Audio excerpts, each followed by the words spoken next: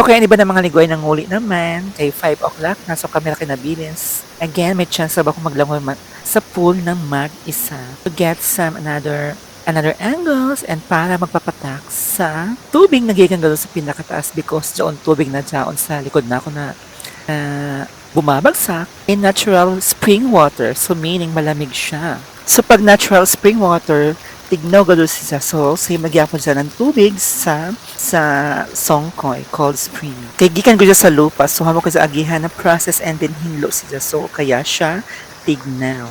So para mapatunayan yung natuto ang sinasabi ko, just come and visit Tugunan Falls. Located sila sa mainit, Barangay Marayan. Promise, cold water gado siya. Basing gani siguro yung mainumin kigikan ko sa kuan lupa and natural spring water. So siguro kinahanglan pa sa i-testing for safety kung mainom ba sa or dili. So yun na pool is natural gado so walang halong chlorine kay gikan magsusuba ang tubig.